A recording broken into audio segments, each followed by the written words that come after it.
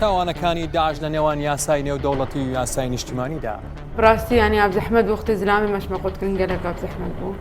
بە جەریمە هەرامێسترێ وەختی ئەمبرین ناوێتمان نەویسین و ئەمبرین سووکە یامە بفرۆشن. ئایا ڕادستکردنەوەی ئەو داعشانە بە ئیدارەی کەرکووک یاساییە؟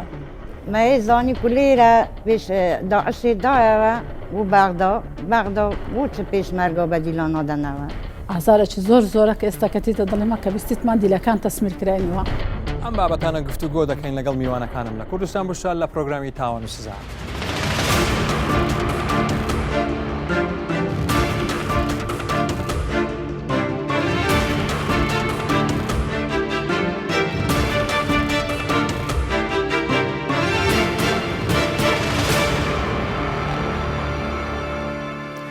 سلااو ڕێژستافی پرۆگرامی تاوان و ساتان پێڕادەگەینە من بژار دیلان. تیمی پرۆگرامی ئەمجارەشمان پێکاتوە لە دکتۆر ئەحمەد میران پسپۆر لە یاسای سزای نێودەوڵەتیەکان هەروەها سەرۆکی ڕێکخراوی لێکۆڵەر بۆ سەروەری یاسا لەگەڵ بەڕێز دکتۆر کرمانج عوسمان ڕابشکاری دەستەی مافی مرۆڤ هەروەها لە دەرەوەی ستۆدیۆ دکتۆر دیندار زێباریمان لەگەڵ دەبێ. پێشەوەی بچین سەر کەیسێکم حەز دەکەم گوێ لە چیرۆکی یەکێک لە ڕزگاربووانی دەستی ڕەشی داعش بکەین کە ئافرەتێکی کوردی ئێزیدێ بە پێکۆبین جەتکۆی لەسەر دەکەین.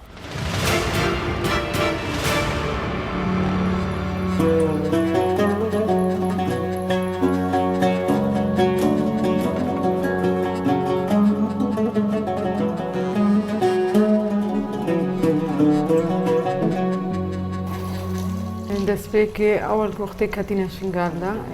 ڕاستیمە هەما بازە شتێکی گەلێکی زەحمەت بوو. وا دژی وەختی ڕاستی جارەبەری هەکەم تەڵقاوان هەمیوەکە بەرمە هاتین و هەکەم دیت ڕاستی بدایەتی گەلێک شەبابێتمە هاتنە کوشتن بەرچاوێمە و کارە مێرێت مەزن ژیۆکە مێری باڵبێت مەزن. وا دژی مدیت کە بیدایەت ئەس دبێژم زارۆک ژێ گەلک برچایان بیدای مرن خواردنەوە نەبوو شیر نەدانێتێ داکردوان خواردن نەتخواردن هەکە کارمە شیر بدەن زارێت خۆ ئەف سەبەب بوو هەکە هەنەکژێ مرن جەفاف ئەول باوان چێ بوو. دژی وەختی ئەم گەهانە مەرحەلێک دێ ئجباری جەریمە هەرامێستەرێ گوتیمە لە هەندینێ خۆ ببەدرێنن ئەو گەلەکە زەحمەت بوو کە ئێزیدێم قبول ناکەن و نەشغڵی مەشدینەکێنە. وا دژی وێ دەرێ وەختی ئەم مژێ قوتکردن ئەم و زلام و ئەم برن سەر فرۆختنێدانی. ینی بامە بڕاستی ینی ئابزەحمەد وەختی زلامی مەشمە قوتکردن گەلێک ئابزەحمەد بوو بە جەریمە هەرامێسترێ وەختی ئەمبرین ناوێتمان نەویسین و ئەمبرین سووکە یامە بفرۆشن. تشتێکی قەنج ڕاستیش داعشمە نەدیت بڕاستی جەریمێت مەزنت گەلێک هەبوون هەکە عالەمێ بکوژن هەکە من دیت بچاوی خۆ سەراژێ بکەن هەکە ئەم هاتنە فرۆتن ینی وەختی ئەم هاتینە فرۆتن دبسەکی گەلێکی جەبرمت هاتنە فرۆتن وا دژی اختصابەکە ینی زەحمەت هەکە قیچە ئێزیتیات هاتەکردن ینی ئەنواعیت اختصابی بوان هاتەکردن بەس بجە بەشەر نکارێ من تشتی بێژێ.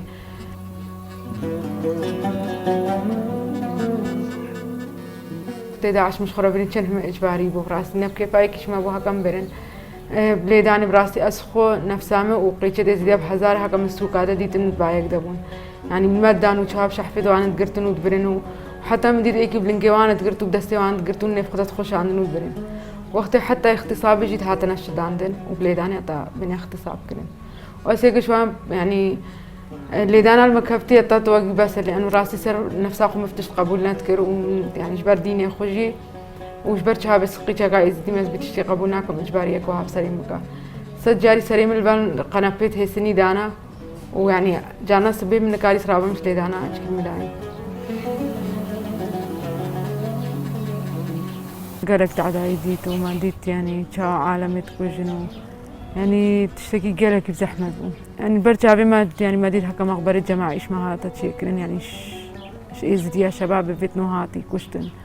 تشتێکیش دنیای فێر نەکردین هەن چیتە گفت سەرێمەکردندا. بەڵێ دکتۆر ئەحمەد حەز دەکەم تاوانەکانی داعش دژی گەلی کوردستان بە تایبەتیش کوردانی ئێزدی چۆن بۆ پێناسە دەکەیت؟ سپاس بۆ ئێوە و ستافی بەرنامە و ڕاو بخراتنی وانە بەڕێزەکان و کاک دکتۆر کرمانجی دەکەم. حقەتەنە و تاوانانەی کە لە 2014 داعش دوای هاتنی و دەست بە سەرداگرتنی بەشێکی زۆری ینی پارێزگاکان ویان لە عێراق مەجموعەیەکی زۆر تاوان ئەنجامدرا لەو ناوچانە دژی کەمەنەتەوایەتیەکان و پێکهاتەکان و هەروەها کریستیان و حتا سونە و شیعەشی لێ بەدەر نەبوون. ئێمە لە ئەو تاوانانەی کە ئەنجام دراون تایبەت عێراق لە 2006ەوە لە 2005ەوە بە یاسای تیرۆر معاملە لەگەر ئەو گروپە تیرۆریستیانە دەکاتن کە ئەو تاوانانە ئەنجام دەدەن و هەروە لە کوردستانی 2006 یاسای نهێشتنی تیرۆرمان هەیە. بەڵام ئەو تاوانانەی کە داعش ئەنجامیدا بە پێی زۆربەی لێکدانەوەی پسپۆران و هەروەها ناوەندەکانی کە تایبەتن بەو تاوانانە بەشێکی زۆر لەو تاوانانە ئاستیان دەگاتە ئاستی تاوان نێودەوڵەتیەکان واتە دەبنە جەرائیمی دەولی. تایبەتیش تاوان نێودەوڵەتیەکان ئێمە چار تاوانی ینی ئەساسیمان هەیە و سەرەکیمان هەیە کە جینۆسایدیە واتە و هەروەها تاوانەکانی جەنگ و هەروەها تاوانەکانی دژی مرۆڤایەتی و تاوانێکیان تایبەتە بە وڵاتان کە پێی دەرێن جەریمەی عودوان و کە ئەوەشیان هەمویان لە بەپێی نظامی ئەساسی قانونی محکمەی جینایی دەولی ICC هاتوون لە ناو نەهێشتنی ترۆر. ئەوەی کە جێگەی ئیشکالە زۆر جار ئێوەش ئەو خاڵە دەمەوێت ئاماژە بکەم ئاستی تاوانەکانی نێودەوڵەتی بەرزترە لە ئاستی تاوانەکانی تیرۆر چونکە دەتانین برێن تیرۆر تاوانێکی عالەمیە جیهانیە ینی پێی دەرێن ینی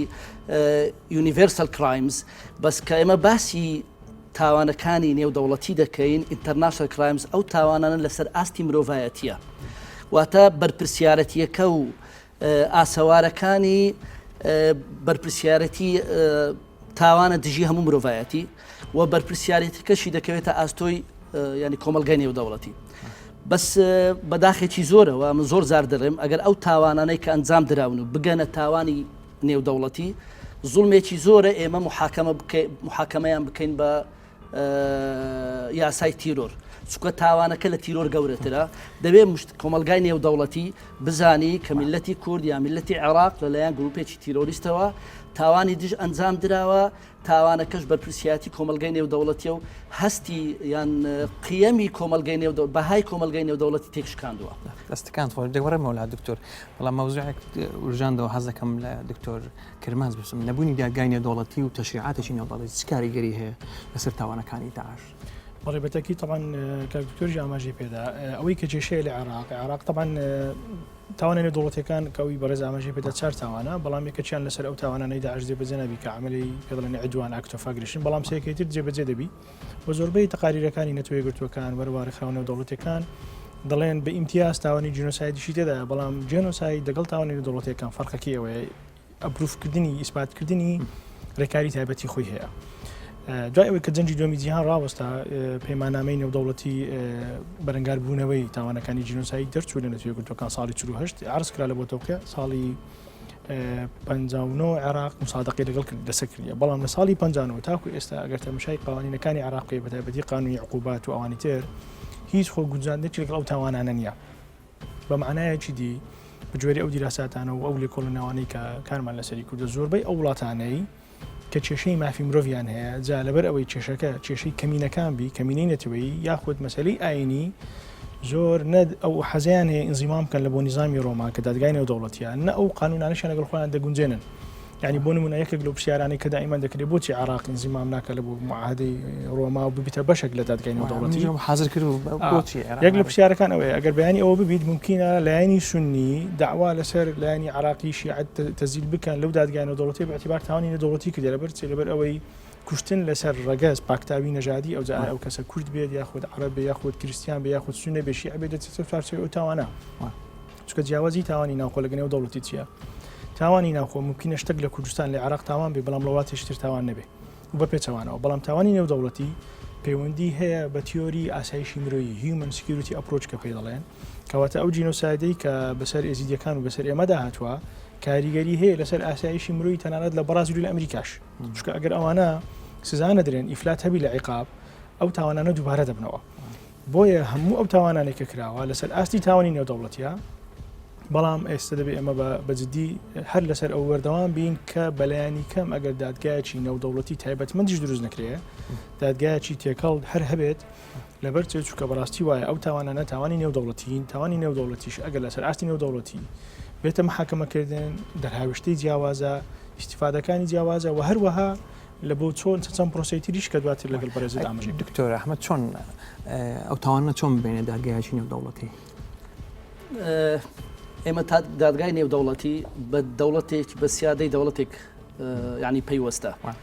ئێمە دەبێ عێراق وکو کاک دکتۆر ئاماژەی پێکرد ئینزیما بکات لە بۆ ICC کەەوە اختیارێکی زۆر یعنی واریدە کە عێراق ئینزیما بکاتن لە بۆ نظامی ئەساسی ڕۆما و ببیتە بەشێک لەو محکەمەیە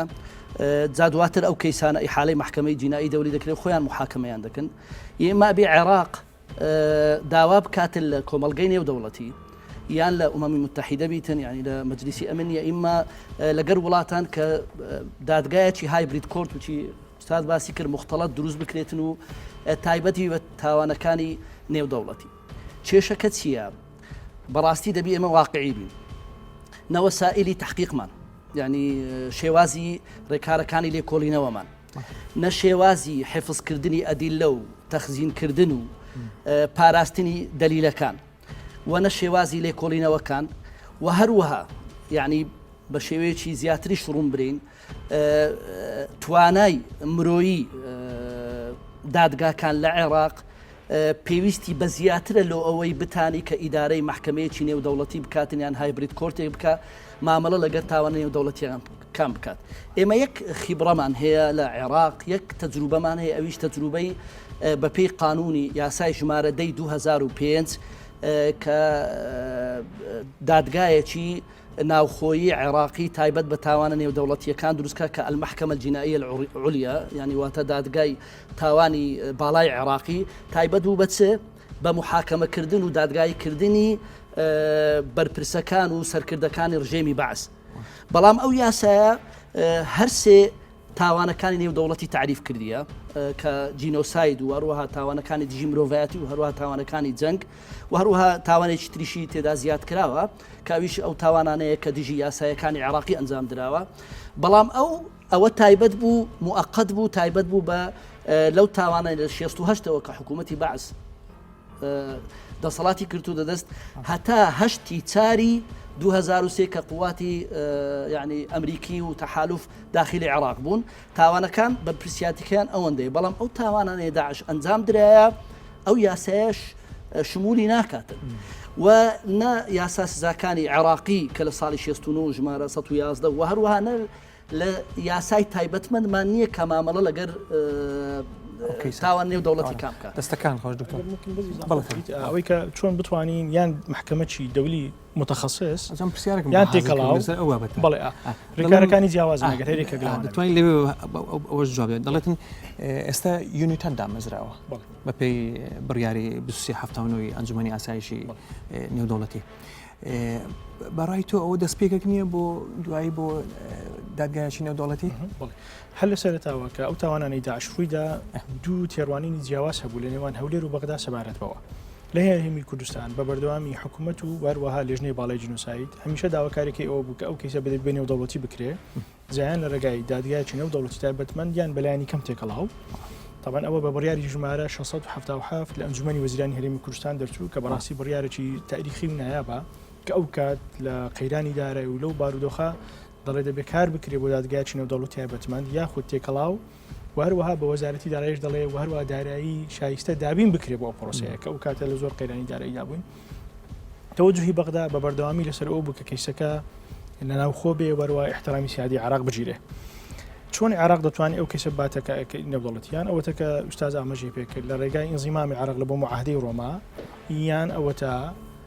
لە ڕێگای تەنازولی اختصاصە وەزارەتی عەدل تەنازول و اختصاصی بکە بڵێ ئەو تاوانانەی لە عێراق ڕوویدا لە سەدەستی داعش لە قوانینی عقوباتی من و لە نظامی قەزایی من نییە بە دادگای نێودەوڵەتی ICC بڵێ نییە ئەوە دوو یان ئەوەتە ڕێکخراوەکانی NGO بە ستاندارد کار لەسەر تەوسیق و دوکومنتی ئەو تاوانانە بکەن قەناعەت بە داواکاری گشتی ICC دادگای لەهای بکەن ئەویش قەناعەتی پێبێ بۆ ئەوی داوا لە ئەمم متحیدە لە مەجلیسی ئەمر بکە یان چانی من ڕێگا مەجلیسی ئەمنی دەوری خۆی سکیوریتی کاونسل بگاتە قەنەعەت کە ئەو تاوانانە تهدیدە لە بۆ سلم و ئەمنی نێودەوڵەتی ئەمن و ئاسایشی نێودەوڵەتی ئەنجومەنی ئاسایش بڕیاری پێدەر بکە. دەستەکان عێراق لە 2017 لە ئابی 2017 ئەو کاتەکە ئیبراهیم جعفەری وەزیری دەروی عێراق بوو لە سەردانێکی لە ئەمریکا لە نیویۆرک لە جەرسەی ساڵانەی کۆمەڵی گشتی نەتەوەی یەکگرتووەکان داوایەکی لە ئومەم متحیدە کرد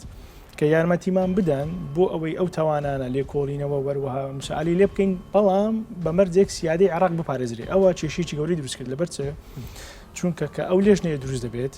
لە کۆتاییدا حوڕێت هەر دەداتەوە دەستی عێراق ئەگەر عێراق بڕیار بدا دادگایەکە نێودەوڵەتی بیانە لەسەر بڕیاری ئەوەی کە عێراق داوای کردبوو لە سپتەمبەری 2017 بڕیاری یونیتات دەرچوو یونیتادیش ماندێت و مشینەکەی با بڵێن ئەرکەکەیان دیاری کراوە. لە دکتۆر بەخۆی بپرسین دکتۆر دیندار زێباری دکتۆر دیندار زێباریمان لەگەڵدایە حەزم دەکرێت و پرسیاری لێ بکەم سەرەتا بۆ پرسیار دەست پێ دەکەم دکتۆر تیمی یونیتات تا ئێستا چی کردووە چۆن ئایا سەرکەوتوو بوونە لە کۆکردنەوەی بەڵگەکان؟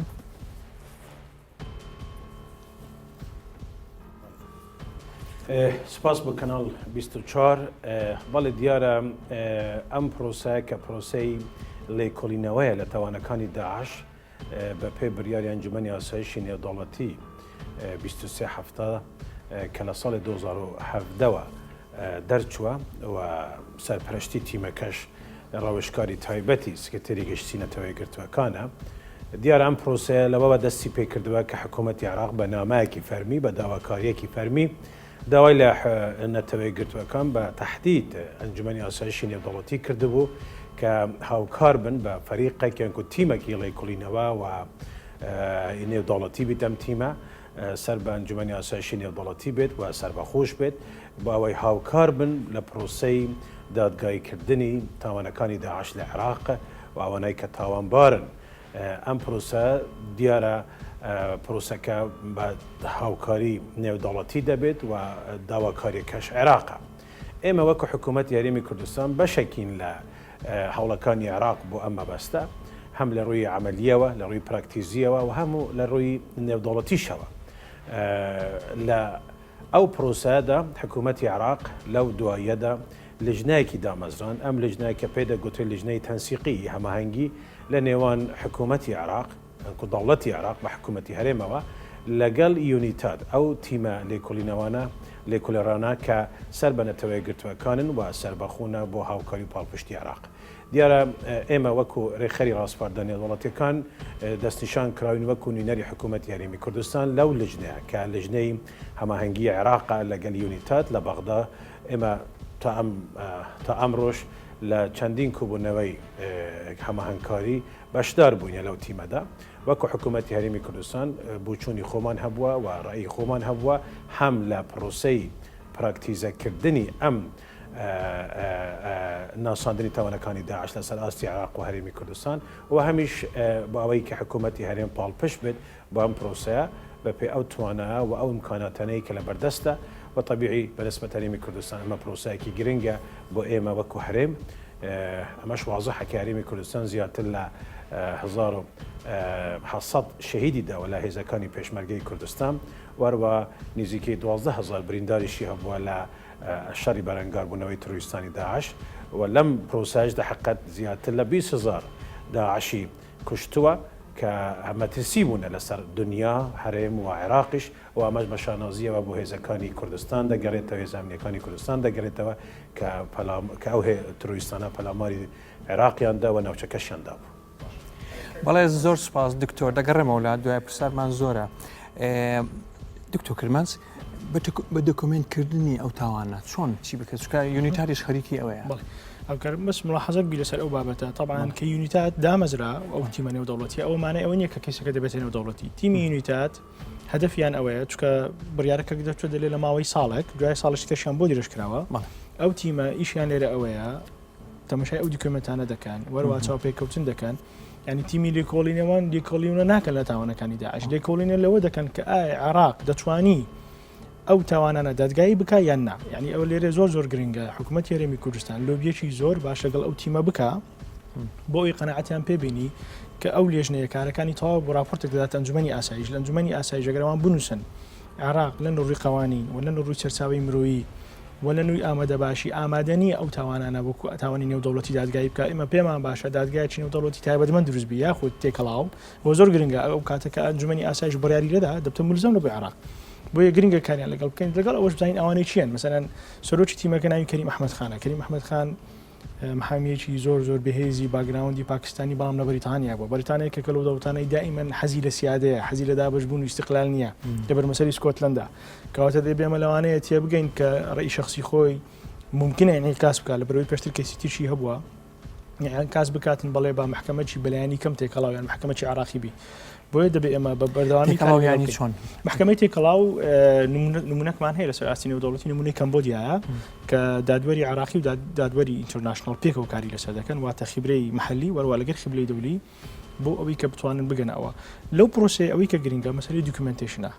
لەبەرەوەی تۆ کە ئەو تاوانانە تاوانی نێودەوڵەتی کە لە بیداهات ئەگەر هات و بە هەڵە دوکمنت بکرێت لە کۆتایی ئەگەر بی بێ دادگایکی نێودەوڵەتی تایبەتمەند یاخود دادگای ئاسیسیش ممکن هەڵێکی تدابی ئەو کەیسە بگەڕێتەوە بۆ نمونە کەسێک ڕزگاری بۆکو ئەو ئافرەتە بەڕێزی کە لەیلە خان کە ڕزگاری بۆ لە دەستاوانەکانی داعش ئەگەر ئێستا بێتە هەر دادگایەک لە دهۆکیان لە هەولێر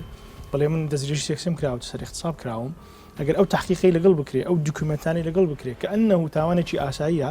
ئەوە دەچێتە چوارچەوەی تاوانی اختصاب کە لە قانون عقوباتی عراقی 111 باس کرایە بەڵام لێرە گرنگە لە یاسنای تحقیق و دوکمنتکردن مثلەن ئێوان برد بڵێ ئێوان بردە مەسەلەن مووسڵ دوای بڵێ ئێمان دابش کرد ئێزیدیەکان لەلایەک بەڵام عەربی سونە لەلایەک دواتر دەستدرێژیان کردە سەرمە ئەوە دەبێتە جێنۆساید لەبەر چونکە ئەو دەستدرێژی کراوەتە سەر لەبەر ئەوەی نییە کە ئافرەتەکە وەکو غەنیمەی حرب بەدەستکەوتووە لەبەر ئەوەی ئێزیدیە فلان کەس کوژراوە لەبەر ئەوەی بۆ نمونە مەسیحیە دوکومنتکردن بۆ دادگایەکە گرنگە ئەو خاڵی یەکەم دوو ئەوانە ڕاستە خۆیان قوربانی لە هەمان کات ئەدلەی ئەساسی دادگایەکەن چکە شاهدن سێش بەڕاستی لە هەموو ئەو پرۆسانە چکە پرۆسی دادگایکردن لە مجتمعاتی ما بعد الحرب هەدەفەکەی مصالحەی ئاشتەواییە دکتۆر ئەحمەد لە کاتی دادگایکردنی ئەم داعشانە تەنیا یاسای نهێشتنی تێرۆر بەکاردێ ئەی یاسای سزادانی عراقیش بەکاردێتن ئێمە کە باسی تاوان نێودەوڵەتیەکان دەکەین لەوانەیە لە شەڕێک لە شوێنێک لە کاتێکی دیاری کرا و سەرکردەیەکی داعش تاوانێکی ئەنجام داوە تاوانەکەش دەبیتە تاوانێکی نێودەوڵەتی بۆ نمونە جینۆسایدەیان ئەبێ ئێمە ئەو قائیدانە ئەو سەرکردانە ئەو بەرپرسانە ئەبێ محاکەمەیەکی خاص بکرێن وەکو کاک دکتۆر باسی کرد ئێمە پێویستمان بەوەیە بە کۆمەلگای نێودەوڵەتی بناسێنین کە ئەو میلەتە لەلایەن گروپێکی تیرۆریستەوە تاوانی نێودەوڵەتی دیشکراوە بۆ ئەوەی کۆمەلگای نێودەوڵەتیش بەرپرسیارەتی وەرگری بۆ ئەوەی بزانن کە کوردستان و خەڵکی کوردستان یان خەڵکی عێراق تووشی یعنی کارەسات بوون و تاوانی دژی مرۆڤایەتیان دژی ئەنجام درراوە بەڵام ئەمە یاساکانی کوردستان و یاساکانی عێراق یاسای نەهێشتنی تیرۆرمان هەیە بەڵام ئێمە کەسێک کە بە یاسای تیرۆر دەگیرێ لەوانەیە چەکدار نەبی لەوانەیە تاوانی جینۆسایدی ئەنجام نەدابی ئەوە بەس یاسای تیرۆر محاکەمە دەکرێتن بەڵام ئێمە دەمانەوێت ئەو بەرپرسانەی داعش کە دەگیرێن تاوانی دژی مرۆڤایەتیان ئەنجامیان تاوانی نێودەوڵەتیان ئەنجامداوە پێویستمان بەوەی هەیە دادگایەکە بە پێی مواسەفاتی نێودەوڵەتی بی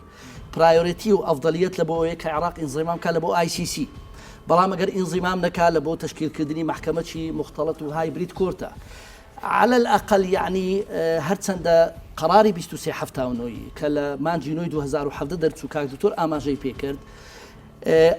مع الأسف يعني نصێکی تێدا هەیە طبعا بە پاڵپشتی دەوڵەتە ئۆروپیەکان ئەوەیە کە نەتائیجی ئەو تحقیقاتە یان نەتائیجی ئەو دۆکیومنتیشنەی ئەوانە هەمووی تەسلیم لە ئیطاری ئاماژە بۆی دەکات کە لە ئیطاری دادگای عراقی دەبی ئەوەش هەندێک جار ترسناکە کاک بژار ئەبێ ئەمە ئەوەیە لە بیر نەکەین بەڕاستی مع الأسف يعني زۆر زار دژایەتی بینی سیاسە و بینی دادپەروەری زۆر جار دژیەک دەبێت تەزارب دەبیتن کاتێک کە سیاسە ڕێی خۆی فەرز دەکا لەسەر عەدالەت ئێمە کەیسەکانمان لە دەست دەچیتن دادپەروەری نامینێ و زۆر جاریش تەواو لە بۆ سیاسەش بەکاربێ ینی دۆسیی تاوانەکە لە بۆ ئەغراضی سیاسی بەکاربێ ممکنە بێن سەرکردە سیاسی عسکەریەکانی پێ حکم بدەن بڵێن ئێوە بۆ نمونە لەگەڵ داعش دەستان هەبوو ینی ئەوەش تەواوە کە ممکنە محاکمی نێودەوڵەتیش لە بۆ ئەغراضی سیاسی بەکاربێتەوە بالضبط چونکە کە باسی مەجلیسی ئەمن دەکەین ئەوەیە کە عێراق کوردستان بە دەرەجەیەک دەبی استراتیژیەتێک دابنێ بۆ معاملەکردن چونکە ئێمە بە ئەوە لە بیر نەکەین ئێمە ئێستا لە دوو قۆناغین قۆناغی تحقیق کردنە بەڵام مەرحەلەیەکی زۆر گرنگتریش ماوە کە مەسئلەی محاکەماتە ئەبێ کوردستان لەو پرۆسەیەدا نەبڕێ لە ڕووی خیبراتەوە حتى ئێمە تەڵەبمان لە کاک دکتۆر دیندار زێباری لەو وەزارەتە معنیەکان لەگەر کاک دکتۆر ئامان کرماز قسەمان کردیە کە دەبی قازیەکانی ئێمە استعداد وەرگن تدریب بکرێن لەسەر چۆنیەتی تحقیقکردن لە تاوان نێودەوڵەتیەکان ئەبێ خبرەیەکی نێودەوڵەتی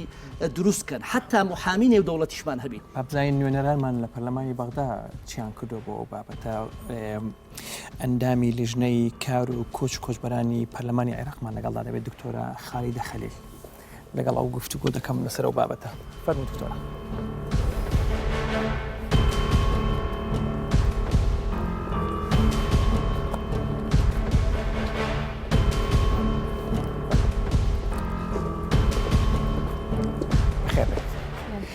دکتۆرە پرۆژە یاسای قەرەبووکردنەوەی ڕزگارکراوانی کوردانی ئێزدی بە چۆ گەیشت لە پەرلەمان؟ واللهی وەکو ئێمە دەزانین کە پەرلەمانی عێراق تا ئێستا کاری زۆر زەعیفە هەر دەست پێکردە تا ئێستا کە تشریعاتی دەرچووی لە پەرلەمانی عێراقش زۆر تشریعاتی کەم بووینە چەند قانونێک بووە بەڵام هیچ قەرەبووکردن تێدا نەبووە کە ئێمە وەکو کوتلەی پارتی کە من بەتایبەت وەکو ئێزدی لە ناو پەرلەمانش کارێکی دەکەین لەگەڵ ئومەم متحیدە لەگەڵ منەظەمەی IOM بۆ مەسلەی ناجیاتی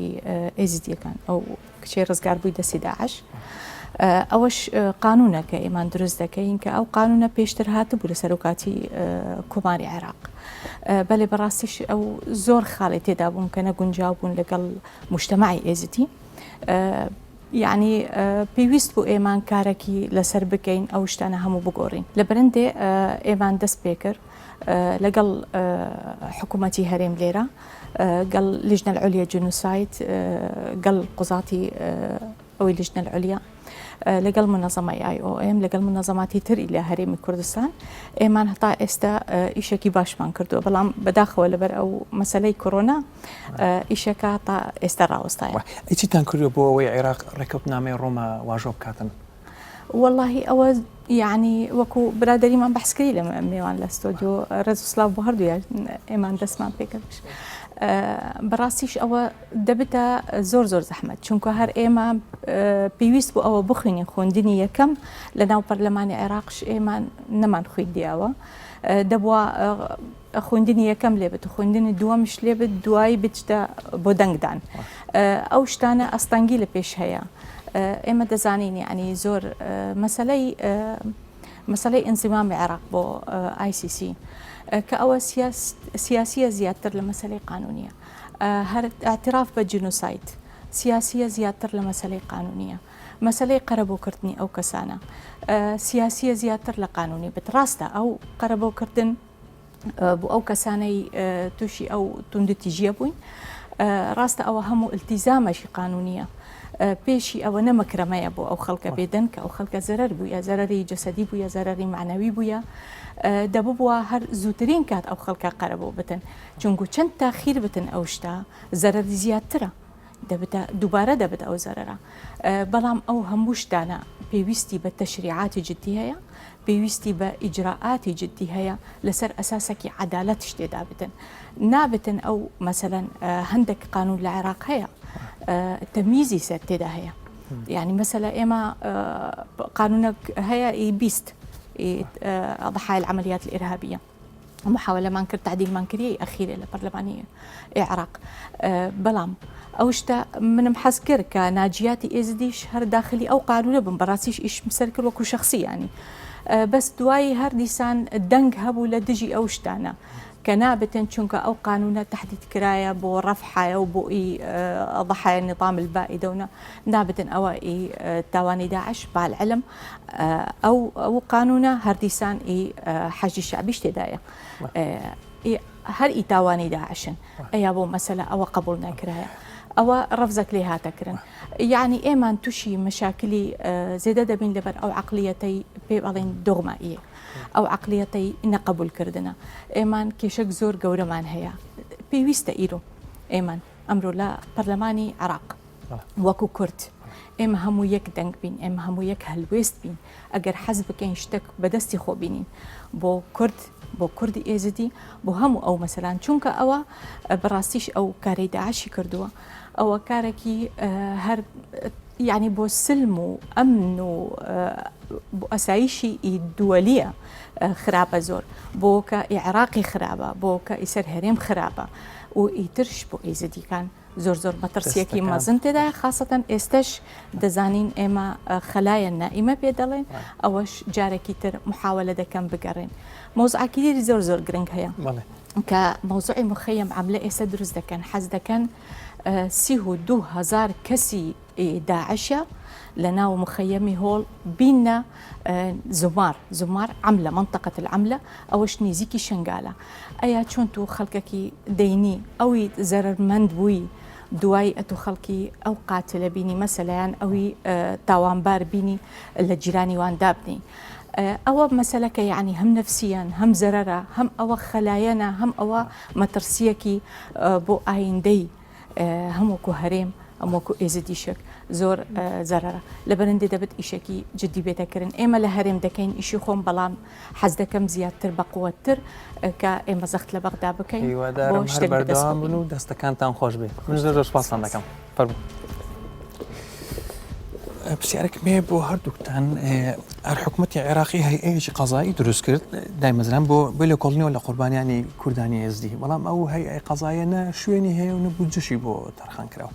واتە چاچەند عێراق جددیە لەو پرۆسەیە وڵای ئەمە خۆشبەختانە بەنسبەت کوردستان شتێکە ینی پێویستە دەستخۆشی ینی لە ئەنجومەنی دادوەری بکەن و جینەی بە جینۆساید ناساندن بکەین لە هەرێمی کوردستان لە 2014ەوە لیژنەیەکی تحقیقیان دروست کردووە لە دهۆک لیژنەیەک تحقیقی تایبەت بە تاوانەکانی داعش وەرگرتنی شەکوانەوەکو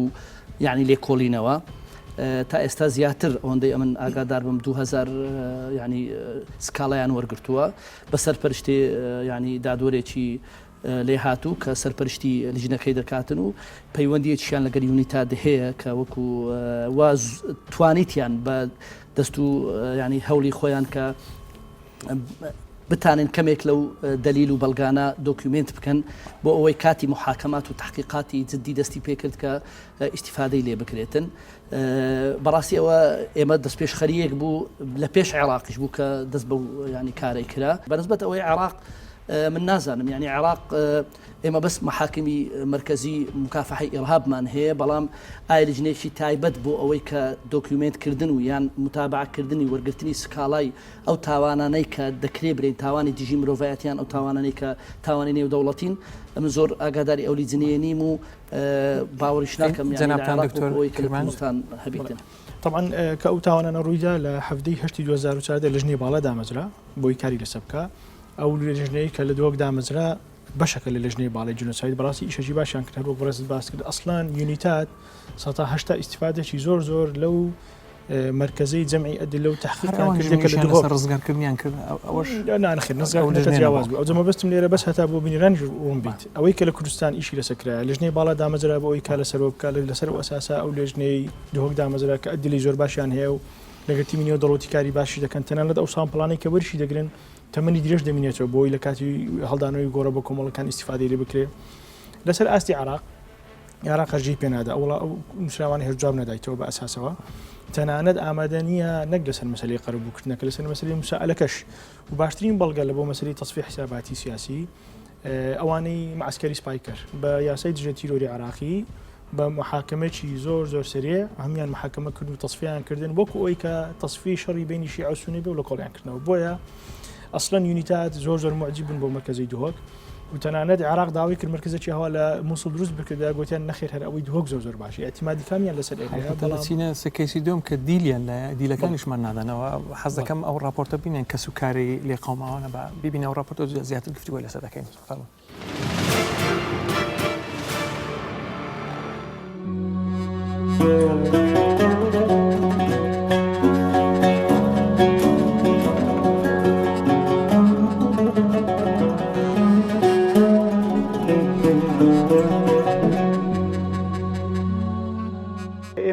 خانەوادەی شەهیدان سەرجەم خانەوادەی شەهیدان زۆر دڵگران بووین بەو ئیشە بەو کارێکە ئەوان کردیان یعنی بەڕاستی نیگەرانی خانەوادەی شەهیدانی لێک کەوتەوە بە تایبەتیش خانەوادەی ئێمە زۆرش پێ نەچوو کەوتی لە تەحویلدران و لە کەرکووک هەموو کەسێک دیتی لە تەلەڤیزیۆ لە شاش تەلەڤیزیۆ دیار بوو کە پۆلیسێک سەربرا کورد بوو تەقەی خۆشی کرا.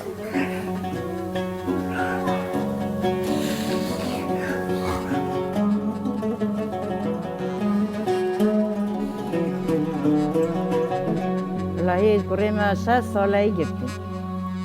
یعنی ئەم هەل هەیە کو دێهێتەوە نوکەژی کوڕێ من نییە زۆرن پێشمەرگە نەزۆرن نوکەژی یعنی مەیە زانی کو لێرە پێش داعشێ دایەوە بۆ بەغدا بۆ چ پێشمەرگە بە دیلان نادەنەوە بۆ دیلێنمە ناهێنێرنە نادەنەومە ئەو 176 داعشە کە تەسمی کران یعنی بوو کە سوکاری پێشمەرگە دیلەکان یعنی لە بوو ئەو کەسانەکە ئشتان کردێ شەرمزارێکی زۆر گەورە لەبەر ئەوەی چای ئەوان لەبەر چاونیە بۆ ئەم پێشمەرگە دیلانە کە چەند ساڵە لە دوا دەگەڕێن.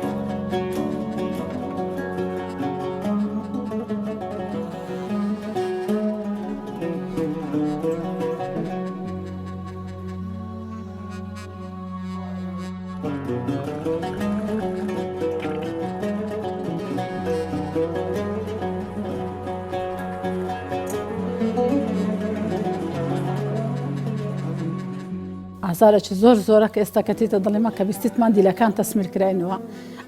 کە دیلانیان تەسمیر کردو دیلەکانی مەلوێ نادنەوە لەبەر چە ئێستا ئێمەش کە سوکاری دیلین هەموو لە چاوەڕوانەوەی لەنە ڕۆژێکدا بێ دیلەکانمان بگەڕێنەوە چاوەڕێ کە ئەو جێژنە هاتۆڕۆی پێنج منداڵی من چاوەڕی بابیان کرد چاوەڕێی کە سوکارێکی خۆشەویستی خۆیان کرد بەڕاستی بەس ئازارێکی زۆر زۆر گەورەمان جێ بوو کە بیستمان دیلەکان تەسمیل کرانەوە دیلی داعش. ئێمە وەکو خانەوادەی شەهیدان زۆر ناڕەحەت و نیگەرانین بەم کارێک کە لە چەند ڕۆژی ڕابردوو ڕوویدا کە ئەم کارش بۆ هۆی ئەوەی کە دڵی کە سوکاری شەهیدان و بێڕێزی بەرامبەر بە خوێنی شەهیدانمان بکرێت. بەڵێ ئازیزان شێخ عیرفان بەرزنجیمان لەگەڵ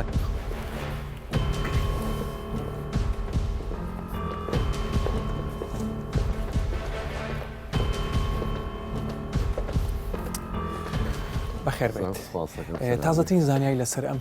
پێشمەرگە بێسەر و شوێنانە چییە؟ وەرە زۆر سپاس بۆم دەرفەتەی کە جەنابتان لە ڕێی کەناڵەکەتانەوە هیوادارین پەیامەکەمان لە ڕێی کەناڵەکەتانەوە بگاتە جێی خۆی.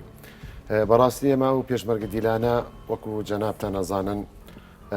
لەسەر بیدایی کەوا داعش لە مانگی 6 2014ەوە کۆمەڵی پێشمەرگەی قارەمانمان بەدیری کەوتونەتە ژەردەستی داعشەوە لەو کاتەوەی ترکە لەگەڵات ئیستا ئێمە ئەژماری پێشمەرگە دیلەکانمان گەیشتووەتە 103 پێشمەرگەی دیل وەکو پێشمەرگە بە کۆی گشتی دیلەکانیشمان لە کوردستان 123 پێشمەرگەسەیەک دیلمان هەیە. ڕایت چیە بەرامبەر ئەو 176 داعشەی کە ئێستا ژێمە ئەوە بەڕاستی ئەوە نیگەرانی کارزگایانی هەر بنەماڵێکی شەیدانی پێشمەرگەی ئەم کوردستانە ئازارەکەی دووبارە بۆەوە لەبەرەوە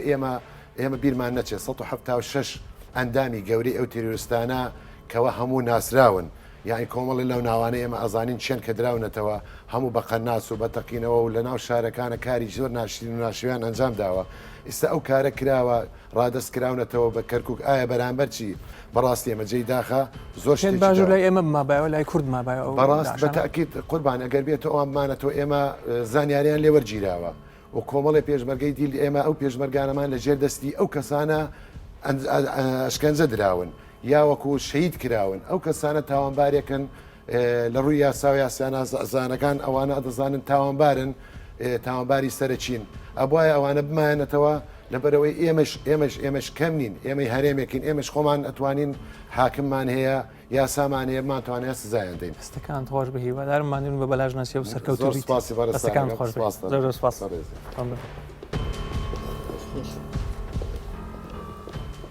حەز دەکەم پرسیارێک لە دکتۆر دیندار زێباری بکەم. دکتۆر دەمەوێت سەرنج ڕاششم بۆ پرسیارێکی تر. تەسلیمکردنەوەی 176 داعش بە ئیدارەی کەرکووک ئایا بە ئاگاداری دەسەڵاتی دادوەری حکوومەتی هەرێمی کوردستان و حکوومەتی بەغدا بووە ئایا بە ئاگاداری یونیتات بووە حەزەکەم ئەومان بۆ ڕوونکەیتەوە لە ڕاستیدا کاتی خۆی کە حکوومەتی هەرێمی کوردستان لەسەر ئاستی وەزارەتەکان و ئەجزامنیەکانی خۆی و لە ڕێگای دەسەڵاتی دادوەری و وەزارەتی ناوخۆ ئێمە پرۆسایەکی هاوبەشمان لەگەڵ عێراق هەبووە و ئەم پرۆسە لە ڕاستیدا ئەو پرۆسە بووە کە بە هەماهەنگی بووە بە شێوەیەکی موسساتی لە نێوان بەغدا و هەولێر وەکو پایتەختی هەرێمی کوردستان بەغدا وەکو پایتەختی عێراقە فدرالی لەوەدا ئێمە بە چەند وەجبەک لە ڕێگای وەزارەتی ناوخۆ و لە ڕێگای دەسەڵاتی دادوەری هەرێم بەگشتی لەگەڵ بەغدا چەند وەجبەک لەو دیلانە تەسیم کراوە ڕادەست کراوە بە پێی دەستوری عێراق بە پێی یاساکانی هەیە کە لە هەرێمی کوردستان و بەغداش ئێمە دەسەڵاتی دادوەریمان هەیە لە هەرێمی کوردستان ئەم دەسەڵاتە چاودێرە لەسەر هەموو دادگاکانی هەرێمی کوردستان بە هەموو پارێزگاکانی هەرێمی کوردستان لە سلێمانی دۆک هەولێر و حەڵەبجەش بۆیە مەرجعی سەرەکی ڕادەستکردن و ئەو فایلانەی کە بەنسبەت تاوانباران هەیە پێویستە چونکە مارکێکی تحدید کراوە و اختصاصیە دەبێت لەژێر چاودێری دەسەڵاتی دادوەری هەرێم بێت و سەرۆکی دەسەڵاتی دادوەری بێت بۆ ئەوەی کە لێکۆڵینەوەکان و ئەو قۆناغی لێکۆڵینەوەکان کە ئەنجام درراوە و ئەوانەی کە تاوانبار بوونەوە دادگایش کراوە هەتا بەشێکیان ممکنە حکمیش درابن ئەمانە بە ڕێگەیەکی ڕێکوپێکی یاسایی تەعامل و سەردەری لەگەڵدا بکرێت. ئەی دکتۆر ئەمە کاریگەری لەسەر بەڵکان نابێ؟ ئەوە دەمێنێتەوە بۆ دادوەرەکان دەمێنێتەوە بۆ دادگاکان دەمێنێتەوە ئەو تەنسیقی مباشر کە هەیە چونکە ئێستا لەسەر ئاستی عێراق بە نسبەت هەرێمی کوردستان ناکرێت دادگاکانی عێراق بەشەکانی تری عێراق ڕاستەخۆ لەگەڵ دادگاکانی هەرێمی کوردستان ئەو ڕادەستکردنەوە یانکو لەسەر ئاستی محافظات بێت چونکە ئێمە هەرێمێکین بە پێی دەسەڵاتی دادوەری و دەستوری عێراق ڕێگای بە هەرێمی کوردستانداوە کە دەسەڵاتی قەزایی سربەخۆی هەبێت و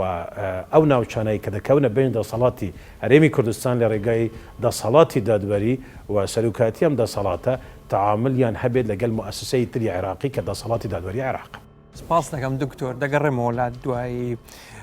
حەزم دەکرد دکتۆر ئەحمەد ئەو پرسیارە لێ بکەم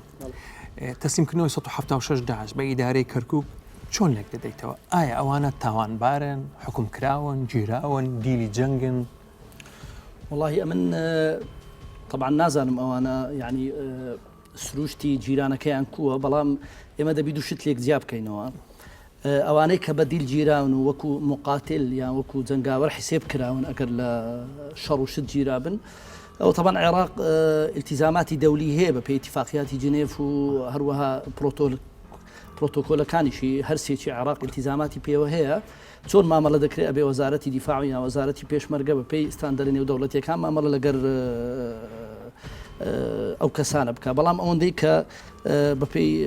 راپۆرتێک کە گوێم لێ بوو ئەوانە هەر خەڵکی لەوانەیە هەر داعشی ینی خەڵکی عێراقن واگەر بێت و یعنی گیرابن ئەوانە طبعا بەپێی یاسای تیرۆر مامەڵەیان لەگەر دەکرێتن کە ئەندامی داعش بن و بە تەکیدیش کە کەسێک بەپێی یاسای تیرۆر دەگیرێ دەبێت بەپێی بەندێکی یاسایی یان دەبی بەپێی مادەیەکی قانونی یاسای نەهێشتنی تیرۆر ئەو کەسانە محکوم ینی موقوف بن تا ماوەی ئەوەیان دێ کە محاکەمە دەکرێن لە مەرحەلەی تەحقیقیش ئێمە دووشتمان هەیە ئێمە اختصاصی مەکانیمان هەیە محکەمەیەکی مثلا بۆ نمونە سولەیمانی لە هەر شوێنێک کەسێک دەگیرێتن و بەپێی اختصاص مەکانێکە بێ مادەی 53 یاسای بنچینەی سزاکانی عێراقی اختصاص مەکانی ئەو محکەمەی ئەو شوێنە یان دادگای نەهێشتنی تیرۆر لێکۆڵینەوەی نەهێشتنی تیرۆر لەو ناوچەیە محاکەمەیان دەکاتون لەژێر ئەستۆ و ئیشرافی دادوەر دەبیتن لە بۆ تەوقیفکردنی تا ماوەی محاکەمەکردنی دێتن یعنی تا ئیجراعات تەواو دەبیتن و محاکەمە دەکرێتن ئەوە طبعا دەبی بەپێی جیران و حجزکردن و هەر شتێک بیتن هەر کەسێک بیتن ئەبێ دەبێ ئەگەر ئەمە باسی سەروەری یاسا دەکەین دەبێ ئەو کەسانە بەپێی بڕیارێکی دادگا هیچ کەسێک دەستوری عێراقی مەنع دەکات کەسێک حجز بکرێتن یان بەبێ هیچ مادەیەکی قانونی لە هەر سجنێک لە هەر شوێنێک بمینێتەوە ئللا ئەو دەسەڵاتانەی کە دراوە بە هەندێک جیهاد بەپێی یاساکان بە شێوەیەکی یاسایی ئەبێ هەر نەقلێک یان هەر حجزێک یان هەر تەوقیفێک تا مرحلة من حاكمة دبي لجير أستو لزير شربرستي و برياري دەسەڵاتی دادوەری خۆش لە ڕووی یاسایی ئەم پرۆسەیە دەبایە چۆن ئەنجام درابە؟ بڵێ هەر هەندێک ئیزافە لەسەر قسەکانی کاکتۆری طبعاان لە مەسلەی محاکەمە بۆ ئەو کەسانە محاکەمە دەکرێن ئەو داعشانە یەک لەبەر ئەوەی بەجوێری ئەو تاوانەی کە تاوانی کە دەبی سزای خۆی وەربگرێت ینی مەبدەئی تطبیقی عدالێ دوو ئیفلات لە عیقاب نەبی دواتە لە سزا دەربازی نەبی سێ لەبەر ئەوە حەقی عامیش ینی ڕبتی بە خەڵکی تریش هەیە ئەگەر مقارنەی مەسلەی سیادی قانونی نێوان هەولێر و بەغدا بکەی کۆمەڵک جیاوازی دەردەکەوێت بۆ کەیسەش کە ئێستا ئەوانە تەسلیم کرانەوە یەک ئەگەر لە بیرمان بی تاریخ هاشمی جێگیری سەرۆک کۆماری عراق بوو گوتی من داوای نەقلی محکەمە دەکەم لە بەغدا لە بۆ هەولێر لەبەر ئەوەی من باوەڕم بە سیادی قانونی عراق نییە کەواتە تۆ فی کولی الأحوال ئەو کەسانە کە تەسلیم بە بەغدا دەکرێنەوە هیچ گەرنتێک نییە لە دادگایەکانی عراق دادگایی بکرێنەوە لەبەر ئەوەی گەندەڵی لە دادگایەکانی عراق تا ئەو ڕادەیە کە کردن فرۆشتنیان پێ دەکرێت و باشترین بەڵگەش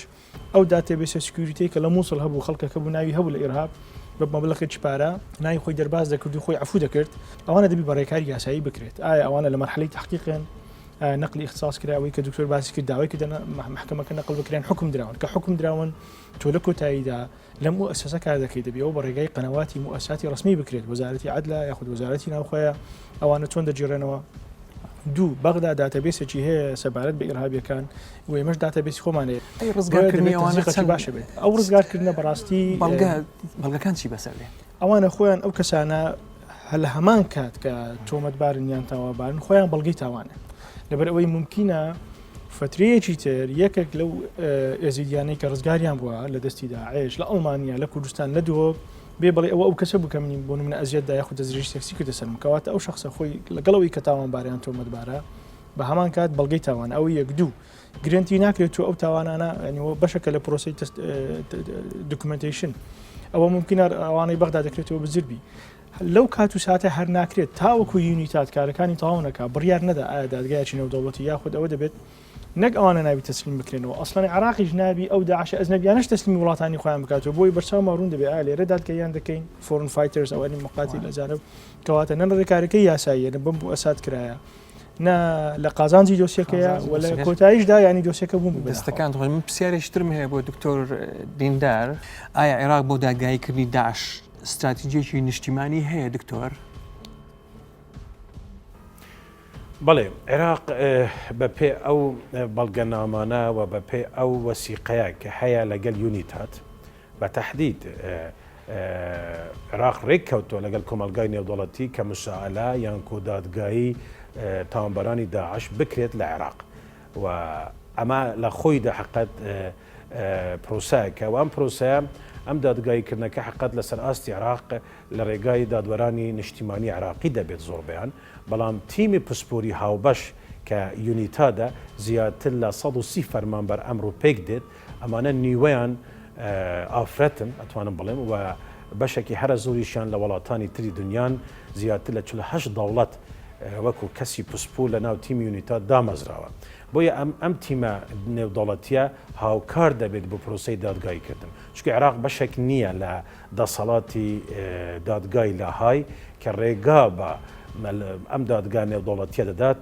کە لێکردنەوە لە تاوانەکانی نێودەوڵەتیان کۆ ئێرهابی دەولی بکات لە عێراقدا ڕێگا پێ نادات چونکە عێراق بەشێک نییە لە دەسەڵاتی دادگای لاهای و عێراق ئەو ڕێککەوتنامە نێودەوڵەتیەشی ئیمزا نەکردووە و نەبوویتە بەشێکیش هەرچەندە هەرێمی کوردستان داواکارە و زۆریش هاوڵمانداوە و هاوکاریش بوونە بۆ پرۆسەکە حتا لەسەر ئاستی دادگای تاوانەکانی نێودەوڵەتی لە لاهایش ئێمە وەکو حکوومەت یاریمی کوردستان وەزیرە بەڕێزەکانی ئێمە کابینەکانی کابینەی پێشتر هەوڵی جدیاندا بوو کە ئەم پرۆسە بگاتەوێرێ بە ڕێگا چارەیەکیان و شوێنێک ئەنک و ڕێگایك بدوزنەوە بۆ ئەوەی هەرێمی کوردستان پێکەوە لەگەڵ عێراق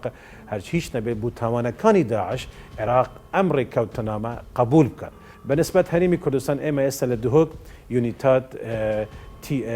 سنتەرێکی دامەزراندووە لە دهۆک یان و بەشێک لە هەرکەکانی یونیتات لە عێراق لە دهۆک دەبێت و ئێستا ئەو مەرکەزە ئەو سنتەرە کە لە دهۆک دامەزراوە یونیتات سەرپەرشتی دەکات ئەوەش دەستکەوتێکی باشە بەنسبەت هەرێمی کوردستان. سپاس بۆ دکتۆر دیندار زێباری سپاس کە لەگەڵمان بوویت. دکتۆر حەزەکەم هەمان پرسیان لە جەنابەت بکەم ئایا عێراق استراتیژیەکی نیشتیمانی هەیە؟ حکومیەوەی عێراق پشتگیری لەو بڕیارەی ئیلتیزامی خۆی دەڵبریە لەسەر بڕیارەکەی ئەنجومنی ئاسایی 1970 و تیمەکەش تەشکیل کراوە بەڕاستیش پێمان خۆشە حکوومەتی هەرێمیش استراتیجەتێکی هەبیتن بۆ مامەڵەکردن لەگەر یونیتات ئەو ئیستراتیجەتەش لە چەند خاڵێکە من ئەگەر ینی فرسەتم دەی تازە یەکەمیان پێویستە پەرلەمان دەوری خۆی ببینی چونکە دەستوری عراقی سەلاحێتێکی زۆری یانی سەلاحێتێکی دایتە بەرلەمانی کوردستان هەر تەشریعک یان هەر شتێکی پێویست بکاتن لە بۆ خۆ ئامادەکردن بۆ ئەو تحقیقاتانە بۆ ئامادەکردن بۆ محاکەماتانە ئەبێ پەرلەمانی کوردستان ئیستعدادی خۆی دەربڕیتن کە واجبێکی تەشریعی مەسئلەی دەوری هەرێمی کوردستان لە دانیشتنەکان لەگەر یونیتات لە تەنسیقکردن لەگەر حکوومەتی عراقی پێویستە جەخت لەسەرەوەی بکرێتەوە بە پێی ستانداردی UN-نیش وەرگرتنی کەسانێک لە دادوەرە بەڕێزەکان و داواکارانی گشتی و لێکۆلەرانی دادوەری بەشدار بن وەکو یعنی تیمی تەنسیق لە گەرینتات بۆ لێکۆڵینەوە بۆ ئەوەی شارەزایەکی باشمان هەبیتن دکتۆر کرمانس ئەگەر لە چوارچەوەی هەمان ینی تقریبا عراق بۆ ئیتیزاها دەڕوا کە هەموو پرۆسەکە لەسەر ئەستی عراق واتە سیادی عراق بپارێزرێت بەڕاستی ئەوە گەورەترین زەربێ لە مەسەلەی جنۆسایت وەروەها بێئەمەلمان دەکات لەبەرچە تاوانەکانی سەدام لە دادگای باڵا بە جنۆساید ناساندرا و پەرلەمانی عراق بە جنۆساید ناساندی و حکوومەتی عراقیش بە جنۆساید ناساندی هەتاکو ئێستا نە بەرکەوتوکی چەشێکی میاوی لە هەڵەبجە چارەسەر کراوە نە گوندێک لە بارزان ئاودان کراوە نە لە گەرمیان بەڵام عراق تاکو ئێستا تعویزی کوێت دەدا لەبەرەوەی یەک بڕیاری نێودەوڵەتی ئەمە بۆیە دەڵێن دادگای نێودەوڵەتی بۆی عراق ئیلزام بکە بۆ ئەوی جارش کە جنۆساید دووبارە نەبێتەوە بەڵام بەداخەوە ئەو ئارەستەی کە یونیتات ئیشی لەگەڵ دەکات لەگەر حکوومەتی عراق هەر چەندە لەسەر ئاستی عراقیش هەر سێ دەسەڵات بە جنۆسایدی بناسێنی هیچ قیمەتێکی قانونی نابێ توقع ناکەین ڕۆژێک شەلگا ئاوادان بکرێتەوە یاخود ئەو یازیدیانی ختموانی قوربانی دەستی داعشن بگەونە نەتیجەی خۆیان لە کۆتاییدا ئەو دۆسیە تاکتیکی زۆری تێدایە دو قسەم ئەوەیە بۆ نمونە ئەو کاتی کە میلۆزۆڤیچ ڕوخا هەفتاوسی گۆڕی بە کۆمەڵ دۆزرایەوە لە بۆسنە و هێرزەگۆڤینیا هەموو ئەوانە میلۆزۆڤیچ پێش ئەوەی بکوژرێت و بگیرێت و لە دادگا تەمان وفات بکە شش هەفت گۆڕی بە کۆمەڵیان دەرهینا بۆ ڕوفاتی خۆیان تێخست بوو بۆ ئەوی لە مستەقبەل ئەگە تیمێکی نێودەوڵەتی هات بڵێن ئەوە خەڵکی کۆزۆڤۆنیان ناو ڕوفاتەکە بەڵکەوە سربەکانن ئەوان کوشتیانن یعنی دوورمە بینن تەلاعوب بە گۆڕە بە کۆمەڵەکانیش کرابی لەودی و بابەتەکە بابەتە سیاسی ئەگەر ئەم بمەوێ کاریگەریم لەسەر یونیتات هەبی یان دەبی لەوان زیرەکتر بم یان دەبی بەلایانی کەم لە ئاستی ئەوان بم بۆی بتوانم لە بیم شەوێکی شاد